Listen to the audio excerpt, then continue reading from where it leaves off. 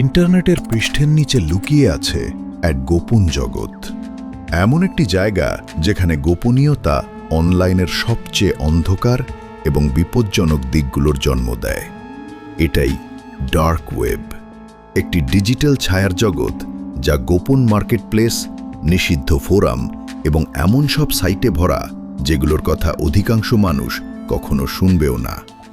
এই ওয়েবসাইটগুলো শুধু রহস্যময় নয়, এগুলো ভয়ঙ্কর। এই ভিডিওতে আমরা ডার্ক ওয়েবের সবচেয়ে ভয়ঙ্কর ওয়েবসাইটগুলোর গভীরে যাচ্ছি, যেগুলো আইন প্রয়োগকারী সংস্থাগুলো ভয় পায়, হ্যাকাররা ব্যবহার করে এবং সাধারণ মানুষ যেখানে পা রাখার সাহসও করবে না। লাইক এবং সাবস্ক্রাইব করুন। আর এখন চলুন কিছু ভয়ঙ্কর ডার্ক ওয়েবসাইট সম্পর্কে জেনে নেওয়া যাক। ক্র্যাকড, নুল্ড, সেলিক্স এবং স্টর্ক আরডিপি। আপনার কি ক্র্যাক করা সফটওয়্যার দরকার, হ্যাক করা অ্যাকাউন্ট দরকার, বা কোনো ওয়েবসাইট নামিয়ে দেওয়ার টুল দরকার? বহু বছর ধরে ক্র্যাকড, নুল্ড, সেলিক্স এবং স্টার্ক আরডিপি ছিল অনলাইন অপরাধের প্রধান কেন্দ্র, যা সবার চোখের সামনেই চলছিল। তবে 29 জানুয়ারি 2025 সালে এগুলো হঠাৎ অদৃশ্য হয়ে যায়।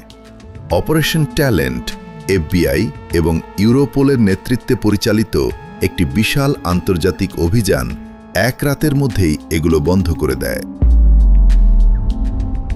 অভিযান, গ্রেফতার এবং মিলিয়ন ডলারের ক্ষতি। ঘটনাটা এভাবেই ঘটেছিল। অপারেশন ট্যালেন্ট ছিল বহু দেশের আইন প্রয়োগকারী সংস্থার সমন্বয়ে পরিচালিত একটি আন্তর্জাতিক অভিযান। এতে অংশ নিয়েছিল United states, Romania, Australia, France, Germany, Spain, Italy এবং গ্রিস। এই অভিযান ক্র্যাকড, নাল্ড, সেলিক্স এবং স্টার্ক আরডিপিকে লক্ষ্য করেছিল। এই সাইটগুলো অ্যাডোবি পণ্য বা ভিডিও গেমের মতো ক্র্যাক করা সফটওয়্যার সরবরাহ করত, পাশাপাশি চুরি করা তথ্য এবং অবৈধ সাইবার অপরাধমূলক সেবাও বিক্রি করত। এসব সেবার মধ্যে ছিল OnlyFans লিক, পুরো ওয়েবসাইট নামিয়ে দেওয়া, ডক্সিং করা, এমনকি রাউটার উড়িয়ে দেওয়ার মতো কাজও। 2025 সালের জানুয়ারি, এরপর সব সাইটে একটি ব্যানার আপলোড করা হয়। দেখতে যতই নকল মনে হোক না কেন, এই ব্যানারটি সম্পূর্ণ বাস্তব ছিল। এই অভিযানের ফলাফল ছিল স্পেনে 2 জনকে গ্রেফতার করা হয়, 7টি ভিন্ন সম্পত্তিতে তল্লাশি চালানো হয়, 17টি সার্ভার জব্দ করা হয়, 50টি ভিন্ন ইলেকট্রনিক ডিভাইস জব্দ করা হয় এবং নগদ ও ক্রিপ্টো মিলিয়ে 3 লাখ ইউরোরও বেশি অর্থ জব্দ করা হয়। আজ প্রকাশিত জব্দ ওয়ারেন্ট অনুযায়ী ক্র্যাকড মার্কেটপ্লেস চুরি করা লগইন তথ্য, হ্যাকিং টুল এবং সার্ভার হোস্টিংয়ের জন্য ব্যবহৃত সার্ভার বিক্রি করে আসছিল। ম্যালওয়্যার এবং চুরি করা ডেটা, পাশাপাশি সাইবার অপরাধ ও প্রতারণা চালানোর জন্য অন্যান্য টুলও তারা মার্চ 2018 সাল থেকে বিক্রি করছিল। ক্র্যাকডের 4 মিলিয়নেরও বেশি ব্যবহারকারী ছিল। সেখানে সাইবার অপরাধের টুল এবং চুরি করা তথ্য, বিজ্ঞাপন দেওয়া 28 মিলিয়নেরও বেশি পোস্ট ছিল। এটি প্রায় $4 মিলিয়ন আয় করেছিল এবং ইউনাইটেড স্টেটসের অন্তত 17 মিলিয়ন ভুক্তভোগীকে প্রভাবিত করেছিল। ক্র্যাকডে বিজ্ঞাপিত একটি পণ্য ব্যবহারকারীদের বিলিয়ন সংখ্যক লিক হওয়া ওয়েবসাইটে প্রবেশাধিকার দিত, যার মাধ্যমে তারা চুরি হওয়া লগইন তথ্য খুঁজতে পারত। এই পণ্যটি সম্প্রতি এক নারীকে যৌন হয়রানি ও হুমকি দেওয়ার জন্য ব্যবহার করা হয়েছিল বলে অভিযোগ রয়েছে। নিউ ইয়র্কের পশ্চিমাঞ্চলের ওই নারীর ক্ষেত্রে একজন সাইবার অপরাধী ভুক্তভোগীর ইউজারনেম টুলটিতে প্রবেশ করায় এবং তার অনলাইন অ্যাকাউন্টের তথ্য পেয়ে যায়। সেই তথ্য ব্যবহার করে অপরাধী ভুক্তভোগীকে সাইবার স্টক করে এবং অপমানজনক ও হুমকিমূলক বার্তা পাঠায়। FBI জানায় নুল্ড 2016 সাল থেকে কার্যক্রম চালিয়ে আসছিল এবং এর 5 মিলিয়নেরও বেশি সক্রিয় ব্যবহারকারী ছিল। সেখানে বিভিন্ন সাইবার অপরাধের টুল, চুরি হওয়া লগইন তথ্য, চুরি করা পরিচয়পত্র এবং প্রতারণার বিস্তারিত গাইড বিজ্ঞাপন দেওয়া হতো। প্রতারণা সম্পর্কিত আরও অনেক কিছু সেখানে ছিল। সাইটটি বছরে $1 মিলিয়ন বেশি আয় করত। একটি বিজ্ঞাপনে দাবি করা হয়েছিল যে তাদের কাছে ইউনাইটেড স্টেটসের 5 লাখেরও বেশি নাগরিকের নাম এবং সোশ্যাল সিকিউরিটি নাম্বার রয়েছে। সাইটটি ক্লিয়ারনেটে পরিচালিত হলেও টেলিগ্রামের মতো অন্যান্য চ্যানেলেও সক্রিয় ছিল, যেখানে স্টাফরা টেকডাউন হওয়ার কিছুক্ষণ পরই এটি নিশ্চিত করে। তারা বলেছিল, এটি সত্যিই আমাদের কমিউনিটির জন্য একটি দুঃখজনক দিন। সাইটটির সক্রিয় অ্যাডমিন সনকে গ্রেফতার করা হয়, যার বিরুদ্ধে সাইটে এ-স্যাক্রো কার্যক্রম পরিচালনার অভিযোগ রয়েছে। এবং তার সেবাগুলো ব্যবহার করা হতো এমন লেনদেন সম্পন্ন করতে যেগুলোর সাথে চুরি করা পরিচয়পত্র এবং লগইন তথ্য জড়িত ছিল। তার বিরুদ্ধে পাসওয়ার্ড এবং তথ্য পাচারের ষড়যন্ত্রের অভিযোগ আনা হয়েছে। অন্য কাউকে অবৈধ অ্যাক্সেস ডিভাইস সরবরাহ বা সেই সংক্রান্ত তথ্য বিক্রির উদ্দেশ্যে প্ররোচিত করার ষড়যন্ত্রের অভিযোগ আনা হয়েছে এবং অন্য কারো পরিচয় ব্যবহার, স্থানান্তর বা দখলে রাখার অভিযোগ আনা হয়েছে, যার উদ্দেশ্য ছিল অপরাধ করা বা অবৈধ কর্মকাণ্ডে সহায়তা করা, যা ফেডারেল আইনের লঙ্ঘন।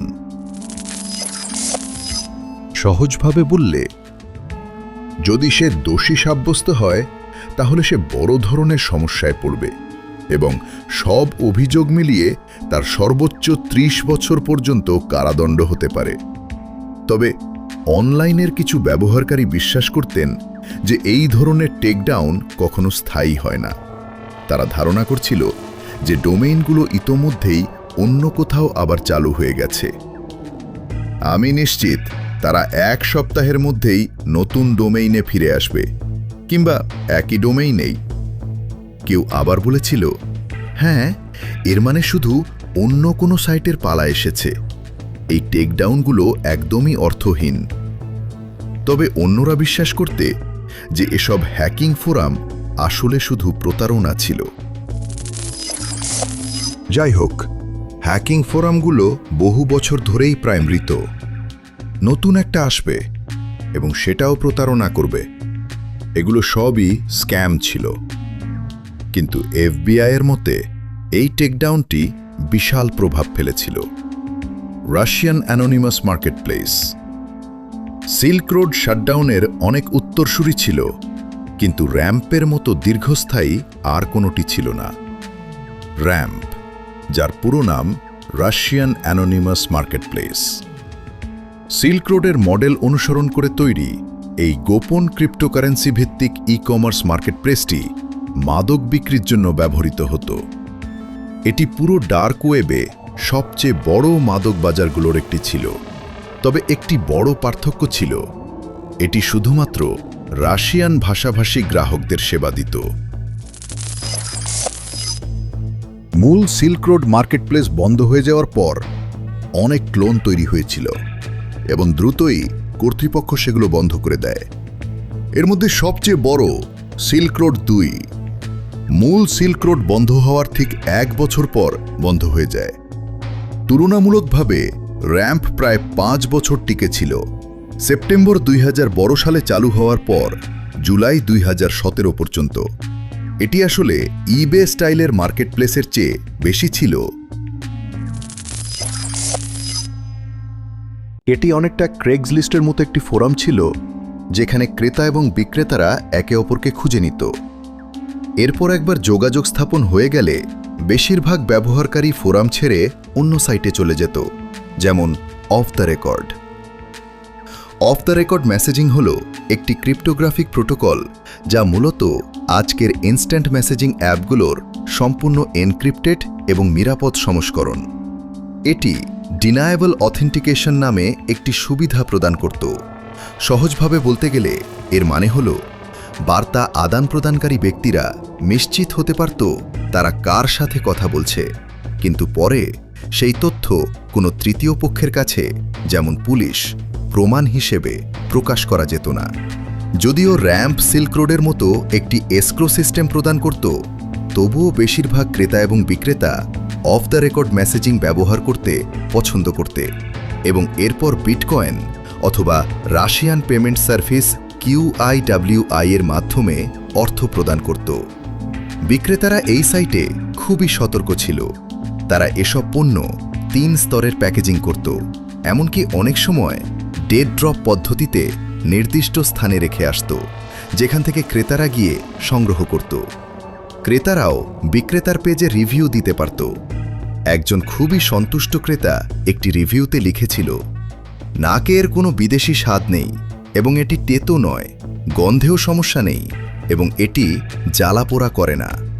তাহলে প্রশ্ন হল, র্যাম্প কিভাবে অর্থ উপার্জন করত? খুব সহজভাবে।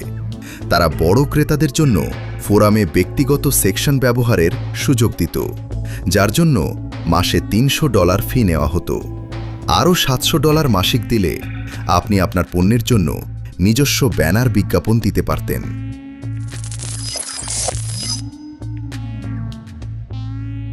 আর যদি আপনি সত্যিই সিরিয়াস হতেন এবং মস্কোয়ের অত্যন্ত চাহিদাসম্পন্ন বাজারে সবচেয়ে শক্তিশালী পণ্য বিক্রি করতে চাইতেন, তাহলে আপনাকে তাদের রেস্ট্রিক্টেড কোটা লিস্টে বিক্রি করার জন্য মাসে $1000 দিতে হতো। সাইটটির অ্যাডমিন, যিনি ডার্ক সাইড নামে পরিচিত ছিলেন, ওয়ার্ডকে একটি সাক্ষাৎকার দিয়েছিলেন, যা র্যাম্পের নিজস্ব ব্যক্তিগত মেসেজিং সিস্টেমে টরের মাধ্যমে পরিচালিত হয়। ডার্ক সাইড পুরোপুরি গোপন ছিল, অবস্থানও প্রকাশ করেনি। সে শুধু বলেছিল তার অবস্থান অনেক দূরের একটি গ্যালাক্সিতে। তবে সে ভালো ইংরেজি বলতে পারত এবং উপরের তথ্যগুলো শেয়ার করেছিল।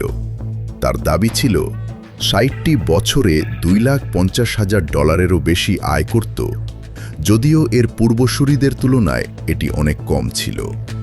তবে এর পূর্বসূরিদের তুলনায় এটি অনেক বেশি সময় ধরে টিকে ছিল। ডার্ক সাইডের মতে, যেখানে সে বাস করত সেখানে 6 অঙ্কের আয় ছিল একেবারেই সাধারণ বিষয়, যেখানেই সেটা হোক না কেন। সে বলেছিল, স্থানীয়দের তুলনায় আমাকে হয়তো ধনী বলা যেতে পারে, কিন্তু এখানে বৈধ চাকরির বেতনে ভালোভাবে জীবনযাপন করা যায় না। আমরা ডলার মিলিয়নিয়ার নই, আমরা শুধু উচ্চ মধ্যবিত্ত মানুষ যারা নিজেদের কাজ করি এবং পরিবার চালাই। সে আরও পরিকল্পনা করছিল। সাইটটিতে সিল্ক রোডের মতো একটি পেমেন্ট সিস্টেম যোগ করার, অথবা সেই সময়ের অন্যান্য সাইটগুলোর মতো ইংরেজিভাষী ব্যবহারকারীদের জন্য এটি উন্মুক্ত করার। তাহলে প্রশ্ন হল, যখন সেই সময়ে প্রায় প্রতি সপ্তাহেই কোনো না কোনো সিল্ক রোড ক্লোন জব্দ হচ্ছিল, তখন এটি এতদিন কিভাবে টিকে ছিল? সম্ভবত পশ্চিমা কর্তৃপক্ষ এটিকে লক্ষ্যবস্তু করতে চায়নি, কারণ এটি মূলত রাশিয়ান ব্যবহারকারীদের জন্য তৈরি ছিল এবং ধারণা করা হয় এটি রাশিয়াতে হোস্ট করা ছিল, যেখানে কর্তৃপক্ষ অনেক সময় অনলাইন অপরাধকে উপেক্ষা করত।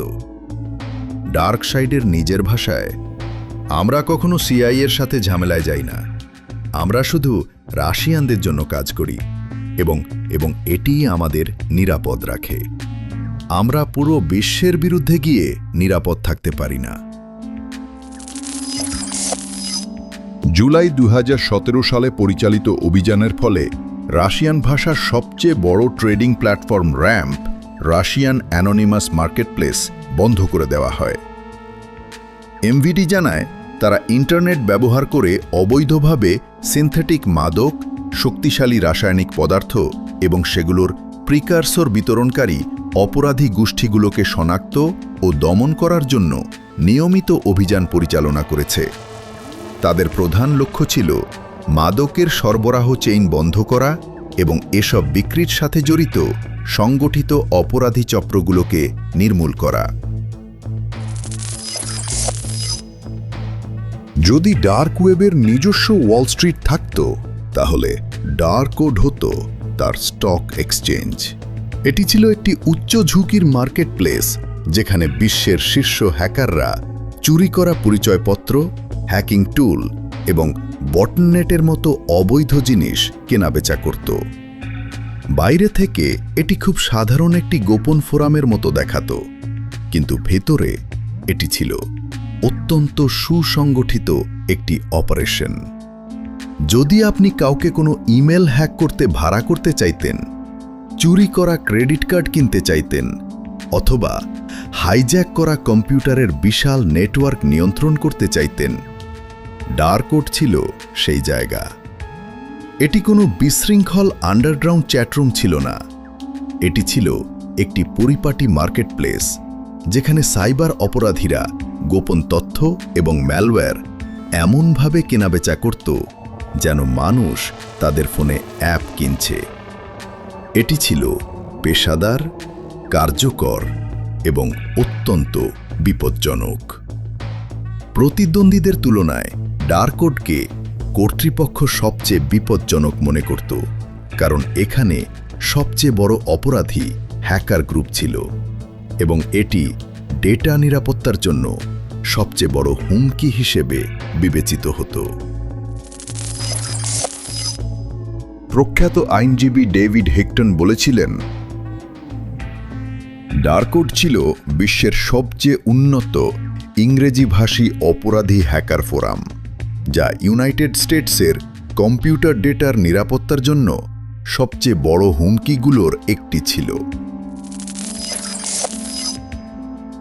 2009 সালের শেষ দিকে ইউনাইটেড স্টেটসের কর্তৃপক্ষ বট নেটওয়ার্কের নিয়ন্ত্রণ নিয়ে নেয়, কিন্তু দুর্ভাগ্যবশত এর মালিকরা আবারও এটি পুনরুদ্ধার করে এবং প্রতিশোধমূলক হামলা চালায়, যার ফলে কানাডার অনেক বিশ্ববিদ্যালয় এবং সরকারি সংস্থার ইন্টারনেট সংযোগ বন্ধ হয়ে যায়। পরের বছর স্পেনে বটনেট তৈরির সন্দেহভাজন নেতা এবং আরও 2 জনকে গ্রেফতার করা হয়। বাটারফ্লাই বটের স্রষ্টা অ্যাসেরো, যিনি মাতিয়া জর্নিক নামেও পরিচিত, তাকে ম্যারিবোর, স্লোভেনিয়া থেকে গ্রেফতার করা হয়েছিল, তবে প্রমাণের অভাবে তাকে ছেড়ে দেওয়া হয়। এই সময়ের কাছাকাছি অ্যাসেরো ডার্ক ওয়েব ফোরামের নিয়ন্ত্রণ ক্রিমের হাতে তুলে দেয়, যে ক্রাইম প্যাক নামে একটি এক্সপ্লয়েট কিট তৈরি করেছিল এবং ফোরামের শুরুর দিকে সেটি বিক্রি করত। অ্যাসেরোকে আবারও অক্টোবর 2011 সালে গ্রেফতার করা হয় এবং শেষ পর্যন্ত ডিসেম্বর 2013 সালে স্লোভেনিয়াতে তথ্য ব্যবস্থায় হ্যাকিংয়ের জন্য ক্ষতিকর সফটওয়্যার তৈরির অভিযোগে অপরাধে সহায়তা এবং অর্থ পাচারের অপরাধে দোষী সাব্যস্ত করা হয়। তার সামনে প্রায় 5 বছরের কারাদণ্ড অপেক্ষা করছিল। আপনি হয়তো ভাববেন, এরপর অ্যাসেরোয়ের ইন্টারনেট জীবন শেষ হয়ে গিয়েছিল, কিন্তু মাত্র 1 বছর পরই সে নাইস হ্যাশ প্রতিষ্ঠা করে, একটি ক্রিপ্টোকারেন্সি মাইনিং মার্কেটপ্লেস। এরপর 2019 সালে জার্মানিতে তাকে আবার আটক করা হয়, যখন এফবিআই নতুন অভিযোগ নিয়ে মারিপোসা বটনেট মামলাটি পুনরায় চালু করে। যাই হোক, মূল বিষয়ে ফিরে আসি। অ্যাসেরো যখন তার বট বিক্রি শুরু করেছিল, তখন ফোরামটি দ্রুত জনপ্রিয় হয়ে ওঠে এবং ইনভাইট অনলি হয়ে যায়। বর্তমান সদস্যদের ইনভাইট দেওয়া হতো, যা তারা নিজেদের পছন্দ মতো অন্যদের দিতে পারত। এতে ডার্কোড আরও বেশি এক্সক্লুসিভ এবং বিশ্বাসযোগ্য ফোরামে পরিণত হয়। কয়েক বছর পর 2012 সালে একটি নতুন অ্যাক্সেস মডেল চালু করা হয়। তখন সদস্যপদ 2 স্তরে ভাগ করা হয়। লেভেল 0, যাকে ফ্রেশ ফিশ বলা হতো, নতুন সদস্যরা অন্য কোনো সদস্যের আমন্ত্রণ পাওয়ার পর এবং অ্যাডমিনের সাথে ইন্টারভিউয়ে যাচাই হওয়ার পর এই অ্যাক্সেস পেত। পরবর্তী স্তর ছিল লেভেল 1। সেখানে বিশ্বাসযোগ্য অ্যাক্সেস পেতে হলে আপনাকে নিজেকে প্রমাণ করতে হতো, তারপরই আপনি লেভেল 1 মার্কেটপ্লেসের আসল অংশে প্রবেশ করতে পারতেন। পরে এই সিস্টেম পরিবর্তন করা হয় এবং ফ্রেশ ফিশ সদস্যদের অন্য কাউকে আমন্ত্রণ জানানোর ক্ষমতা বন্ধ করে দেওয়া হয়। অত্যন্ত বিশ্বস্ত সদস্যদের জন্য লেভেল 2 তৈরি করা হয়। ডার্কউড এত জনপ্রিয় হয়ে ওঠার পর এটি অনেক ফোরামের সাধারণ সমস্যার মুখোমুখি হয়। ট্রোল। আপনি হয়তো ভাবতে পারেন ইনভাইট অনলি সিস্টেম এই সমস্যা এড়াতে পারত, কিন্তু সেটা তখনই কাজ করে যখন সদস্যরা সত্যিই সাইটটির প্রতি বিশ্বস্ত থাকে। এটি তো একটি অপরাধভিত্তিক ফোরাম ছিল, আর বেশিরভাগ অপরাধীর মতো এখানেও অর্থ সহজেই আনুগত্য বদলে দিতে পারত। সব সময় কেউ না কেউ দ্রুত টাকা আয়ের জন্য ইনভাইট বিক্রি করতে রাজি থাকত, আর গবেষকরা এই সুযোগ কাজে লাগিয়ে সহজেই সাইটে প্রবেশ করত। অবশ্যই ফোরামের মডারেটররা বসে বসে এটা দেখেনি। তারা মাস ডিমোশন, সন্দেহজনক অ্যাকাউন্ট ব্যান করা এবং গবেষকদের সরাসরি টার্গেট করার মতো ব্যবস্থা নিতে শুরু করে। হ্যাকাররা গবেষকদের উপস্থিতি নিয়ে সতর্ক হয়ে উঠছিল। এরপর 2013 সালে পতন শুরু হয়। স্পেশাল ফার্স্ট নামে একজন ব্যবহারকারী অ্যাডমিন হিসেবে নির্বাচিত হয়। গবেষকদের খুঁজে বের করার জন্য তার কৌশল ছিল বেশ চরম। যারা গবেষকদের ইনভাইট দিত তাদের ব্যান করার পরও গবেষকরা বারবার ফিরে আসত। এরপর স্পেশাল ফার্স্ট সামান্য সন্দেহ হলেই মানুষকে ব্যান করা শুরু করে। খুব দ্রুত ডার্কউডে কেবল সিকিউরিটি রিসার্চার্স, FBI এবং অল্প কয়েকজন অত্যন্ত বিশ্বস্ত হ্যাকার ছাড়া আর কেউ অবশিষ্ট থাকেনি। অবশ্য কোনো মার্কেটপ্লেস ক্রেতা ছাড়া টিকে থাকতে পারে না, তাই স্পেশাল ফার্স্ট সাইটের এক্সক্লুসিভিটি ধ্বংস করে সাধারণ হ্যাকিং ফোরামে স্প্যাম ইনভাইট পাঠাতে শুরু করে। তারা পুরনো হ্যাকিং ফোরামের মেলিং লিস্টে মেসেজ পাঠাত, এমনকি সাইবার সিকিউরিটি রিসার্চার্সদের ব্লগের কমেন্ট সেকশনেও পোস্ট করত। ডার্কউডের স্বর্ণযুগ স্পষ্টভাবেই শেষ হয়ে গিয়েছিল।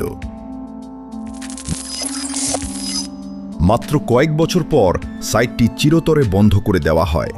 এর নাম ছিল অপারেশন শ্রাউডেড হরাইজন। FBI এবং 20টি ভিন্ন দেশের আইন প্রয়োগকারী সংস্থা সাইটটি জব্দ করে এবং কয়েকজন সদস্যকে গ্রেপ্তার করে। 18 মাস ধরে তারা বিভিন্ন অপরাধের প্রমাণ সংগ্রহ করেছিল, যার মধ্যে ছিল computer fraud, wire fraud, money laundering, bank fraud, malicious code পাঠানো, স্প্যামিং, আইডেন্টিটি থিফট, র্যাকেটিয়ারিং এবং এক্সট্রেশন। বিশ্বজুড়ে প্রায় 70 জনকে গ্রেপ্তার করা হয়, তবে এটি ডার্কউডের সব ব্যবহারকারীর খুবই ছোট একটি অংশ ছিল এবং অনেক নিয়মিত ব্যবহারকারী এখনও বাইরে রয়েছে।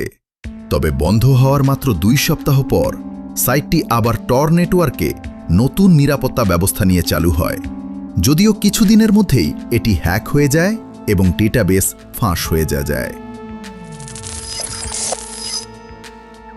আপনাদের অনেকেই হয়তো বিভিন্ন সোশ্যাল মিডিয়ায় সক্রিয় এবং কিছু ইন্টারনেট সেলিব্রিটিকে অনুসরণ করেন।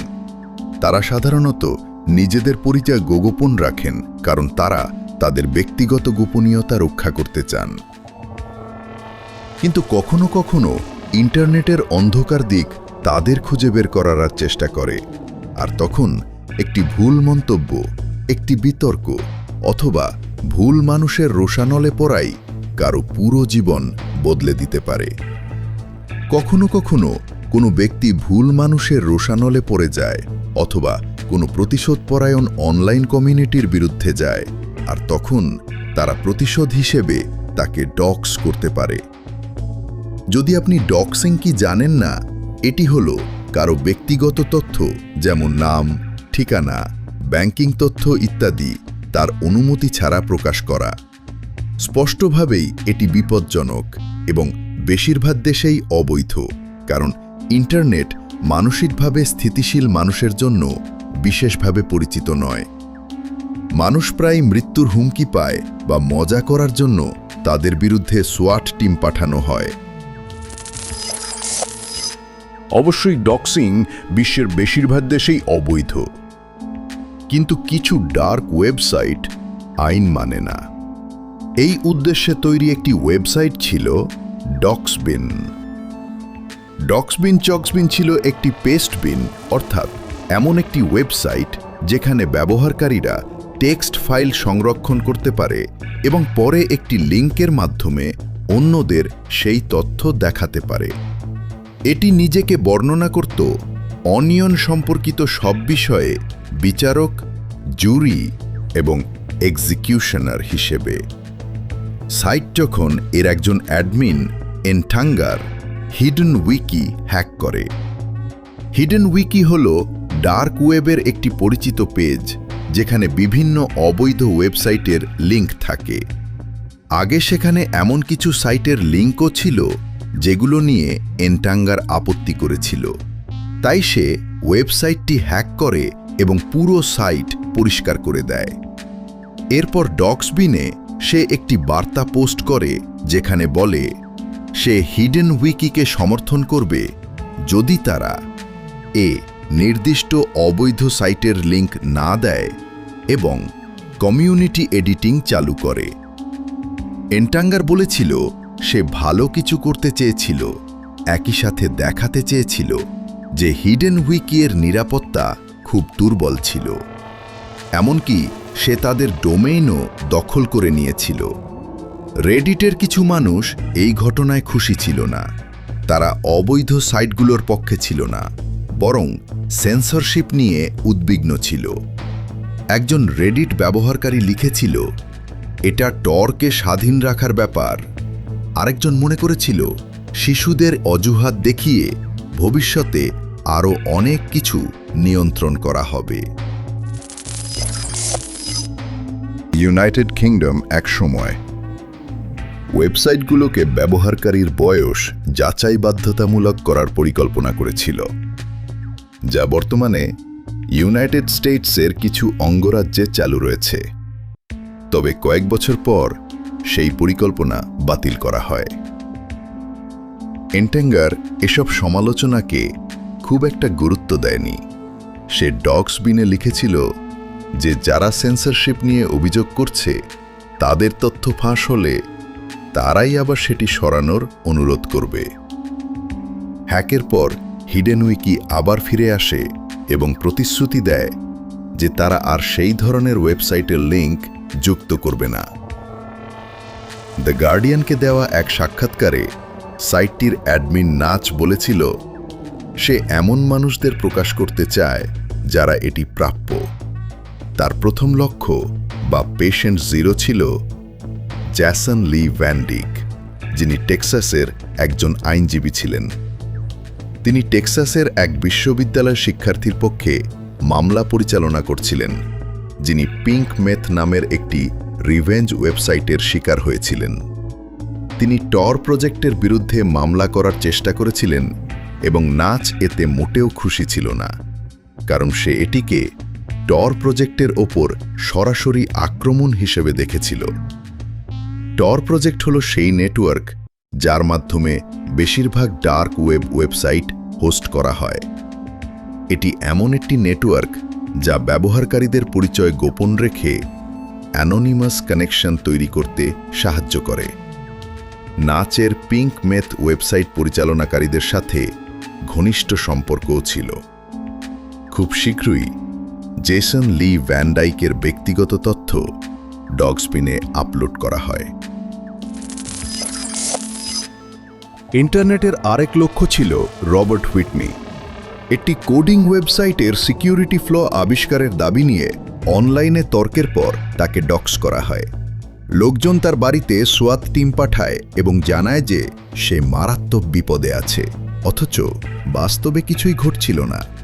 এক ঘটনায় পুলিশকে জানানো হয়েছিল যে বন্দুকের মুখে কিছু মানুষকে জিম্মি করে রাখা হয়েছে। স্বাভাবিকভাবেই পুলিশ ঝুঁকি নিতে চায়নি, তাই প্র্যাঙ্ক কল সন্দেহ করলেও তারা ভারী অস্ত্র নিয়ে ঘটনাস্থলে পৌঁছে যেত।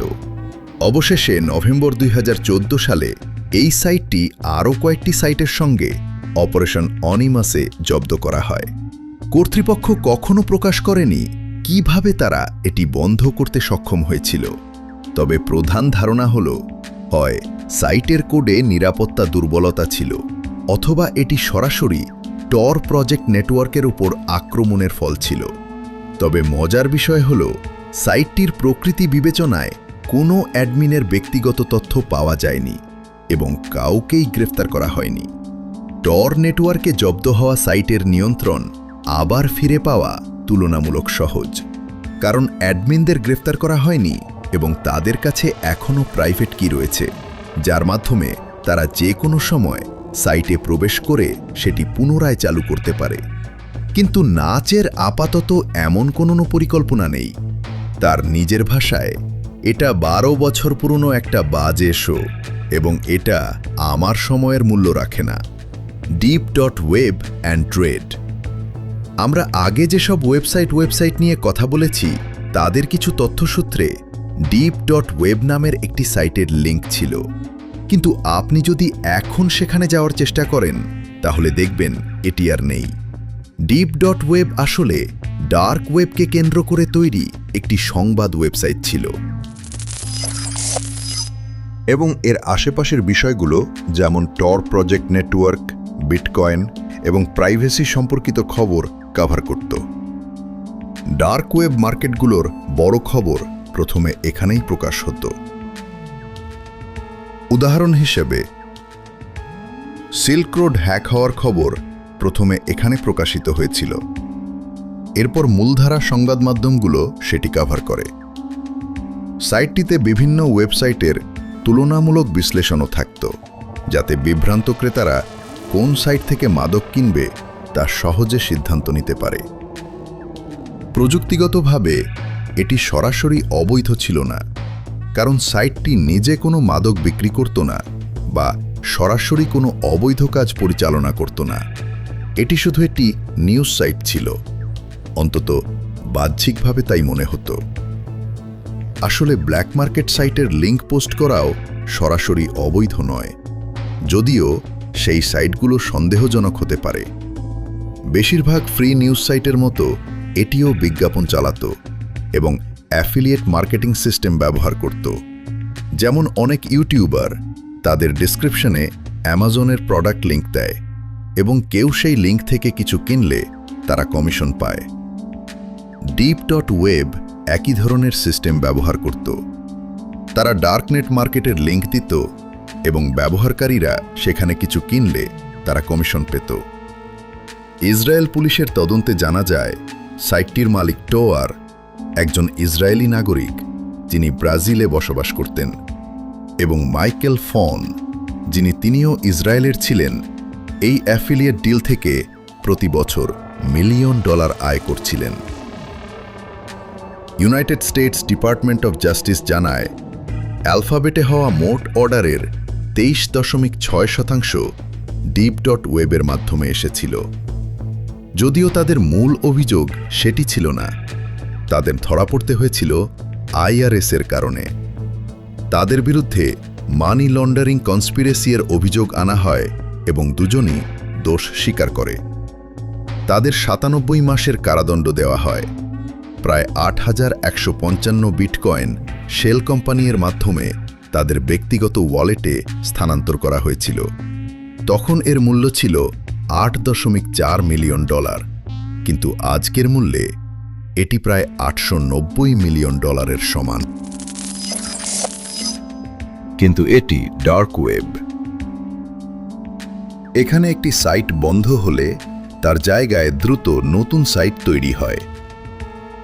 ড্রেড হল রেডিটের মতো একটি ডার্ক ওয়েব ডিসকাশন ফোরাম, যা deep.web-এর উত্তরসূরি হিসাবে পরিচিত। 2018 সালে রেডিট যখন অনেক darknet market discussion subreddit ban করা শুরু করে, তখন ট্রেড দ্রুত জনপ্রিয় হয়ে ওঠে। মানুষ তাদের প্রিয় সিল্ক রোডের ক্লোন নিয়ে আলোচনা করার জন্য নতুন জায়গা খুঁজছিল। আজও এটি অনলাইনে রয়েছে এবং এর বর্তমান অবস্থা নিয়ে একটি আলাদা সাবরেডিটও আছে, আর /ড্রেড অ্যালার্ট। ডার্কনেট মার্কেটগুলোর জন্য সবচেয়ে বড় ধাক্কাগুলোর একটি এই সাইটেই ঘটেছিল, যখন পরিচিত মার্কেটপ্লেস ওয়াল স্ট্রিট মার্কেট ধসে পড়ে। সাইটটি তখন অস্থির সময় পার করছিল, আর মালিকরা ব্যবহারকারীদের সঙ্গে এক্সিট স্ক্যাম করে প্রায় $14 মিলিয়ন ক্রিপ্টো নিয়ে পালিয়ে যায়। সহজভাবে বললে, এক্সিট স্ক্যাম তখন ঘটে যখন কোনো ব্যবসার মালিক গ্রাহকদের টাকা নিয়ে পালিয়ে যায় কিন্তু প্রতিশ্রুত পণ্য বা সেবা দেয় না। ডার্কনেট মার্কেটে এটি খুব সাধারণ, কারণ অধিকাংশ লেনদেন বিটকয়েন বা অন্য ক্রিপ্টোতে হয়, যা সাধারণ ব্যাংকিং সিস্টেমের মতো চার্জব্যাক করা যায় না। এই ঘটনার মাঝখানে WSM এর একজন মডারেটর, মেডিলাইন, ব্যবহারকারীদের ব্ল্যাকমেইল করা শুরু করে। সে 0.05 বিটকয়েন দাবি করতে এবং না দিলে তাদের ব্যক্তিগত তথ্য আইন প্রয়োগকারী সংস্থার কাছে ফাঁস করে দেওয়ার হুমকি দিত। কয়েকদিন পর মেডিলাইন সম্ভবত বিরক্ত হয়ে WSM সার্ভারের IP অ্যাড্রেস এবং লগইন ক্রেডেনশিয়ালস ড্রেডে পোস্ট করে দেয়। আইন প্রয়োগকারী সংস্থাগুলো দ্রুত বিষয়টি কাজে লাগায় এবং মাত্র 8 দিন পরে সাইটটি বন্ধ হয়ে যায়। 3 জনকে গ্রেফতার করা হয়, তবে ড্রেড নিজেও পুরোপুরি নির্দোষ নয়। কখনো কখনো সেখানে চুরি করা ক্রেডেনশিয়ালস বিক্রি করা হয়। উদাহরণ হিসেবে 2020 সালে এক্সপ্লয়েট নামে একজন ভেন্ডরকে YC ডকুমেন্টস বিক্রি করার চেষ্টা করেছিল, যার মধ্যে ড্রাইভার্স লাইসেন্সের মতো পরিচয়পত্র ছিল। তারা $10 100টি ডকুমেন্ট বিক্রি করছিল এবং বল্ক ডিসকাউন্টও দিচ্ছিল। CCN এর একটি স্বাধীন তদন্তে কিছু ফ্রি স্যাম্পল পাওয়া যায় এবং সেগুলো জনপ্রিয় ক্রিপ্টোকারেন্সি প্ল্যাটফর্ম বাইন্যান্সের KYC ভেরিফিকেশন ডকুমেন্টস বলে মনে হয়েছিল। তবে বাইন্যান্স তাদের শক্তিশালী সিকিউরিটি প্র্যাকটিসের জন্য পরিচিত এবং তাদের পক্ষ থেকে কোনো ডেটা লিকের তথ্য পাওয়া যায়নি, তাই এগুলো ভুয়াও হতে পারে। ড্রেডে অবৈধ পদার্থ তৈরির বিস্তারিত গাইডও ছিল। এর একটি সাবরেডিটে ব্যবহারকারীরা পুরো প্রক্রিয়ার প্রতিটি ধাপ নিয়ে প্রশ্ন করতে পারত, আর ডার্কনেট মার্কেট সেকশনে জনপ্রিয় মার্কেটের রিভিউ পাওয়া যেত, যাতে ব্যবহারকারীরা স্ক্যাম এড়াতে পারে। রাশিয়া তাদের সন্দেহজনক ইন্টারনেট জগৎ এবং ব্যাপক সাইবার ক্রাইম কার্যকলাপের জন্য পরিচিত। ডার্ক ওয়েবের সবচেয়ে বিপজ্জনক এবং সংগঠিত অপরাধ চক্রগুলোর অনেকগুলোর শিকড় সেখান থেকেই পরিচালিত হতো। সেখানে যে পরিমাণ সাইবার ক্রাইম ঘটে তা সত্যিই অবিশ্বাস্য। সম্প্রতি বেশ কয়েকটি গোপন রাশিয়ান সাইট সামনে এসেছে, যেগুলো শুধুমাত্র টর নেটওয়ার্কের মাধ্যমে অ্যাক্সেস করা যেত। এই সাইটগুলো র্যানসামওয়্যার, জিরো ডে এক্সপ্লয়েট, অবৈধ পণ্যের বাণিজ্য এবং আরও অনেক কিছুর জন্য ব্যবহৃত হতো। সবচেয়ে পুরনো সাইটগুলোর একটি ছিল এক্সপ্লয়েট। 2005 সাল থেকে এটি আন্ডারগ্রাউন্ড ব্ল্যাক হ্যাট হ্যাকারদের একটি বড় কেন্দ্র ছিল। এখানে ব্যবহারকারীরা সোশ্যাল ইঞ্জিনিয়ারিং, ভালনারেবিলিটি খুঁজে বের করা এবং এক্সপ্লয়েট করার মতো বিষয়গুলোতে একে অপরকে সাহায্য করত। যদি আপনি সোশ্যাল ইঞ্জিনিয়ারিং সম্পর্কে না জানেন, সহজভাবে বললে এটি হলো তথ্য ব্যবহার করে কাউকে প্রতারণার মাধ্যমে নিজের উদ্দেশ্য পূরণ করা। আর জিরো ডে ভ্যালু অ্যাবিলিটি হল কোনো কোম্পানির সিস্টেমের এমন দুর্বলতা যা কোম্পানিটি এখনো জানে না।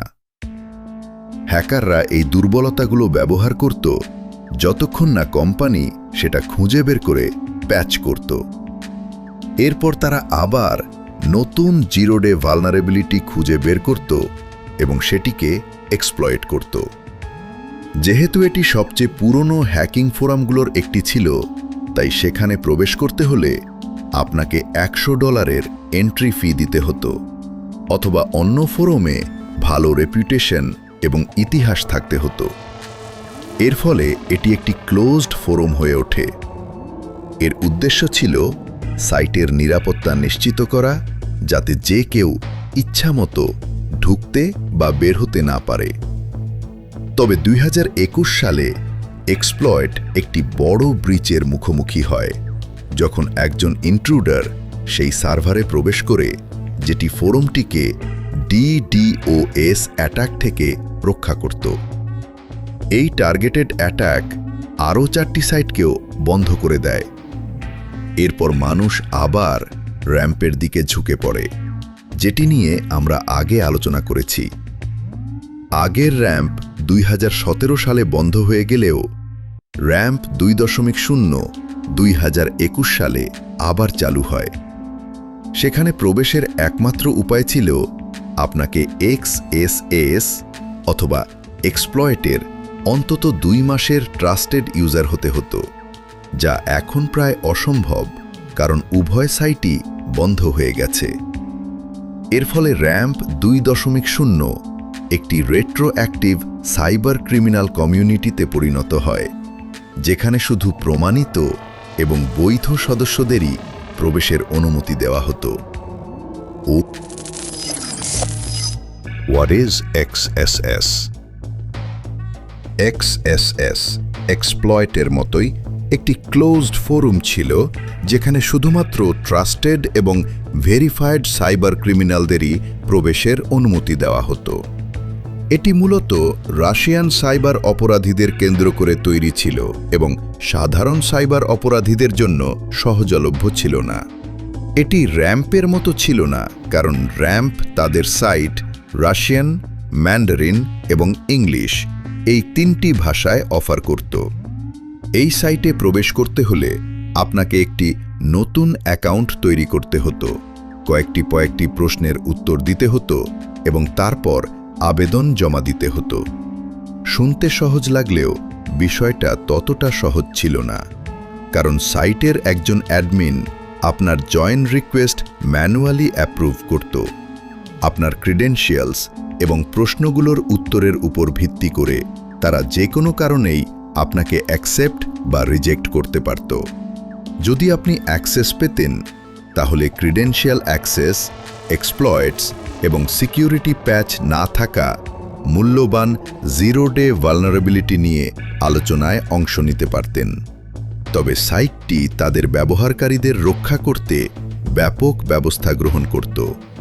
যদি আপনি ভেতরে প্রবেশের অনুমতি পেতেন, তাহলে আইপি অ্যাড্রেস লগিং বন্ধ থাকতে এবং আপনার জন্য সম্পূর্ণ এনক্রিপ্টেড প্রাইভেট মেসেজিং সিস্টেম থাকত। 2021 সাল পর্যন্ত র্যানসমওয়্যার সম্পর্কিত আলোচনা সাইটটিতে ব্যাপকভাবে চলত।